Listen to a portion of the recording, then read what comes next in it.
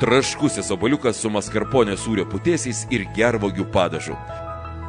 Obuolį perpjauname per pusę, išimame sėklas ir supjaustome plonai žiedeliais. Kepimo skardą išklojame sviestiniu popieriumi, pabarstome cukraus pudra. Išdėliojame obuolio žiedelius ir dar pabarstome cukraus pudra. Kepame 180 laipsnių temperatūroje 10 minučių. Apverčiame ir dar kepame 10 minučių.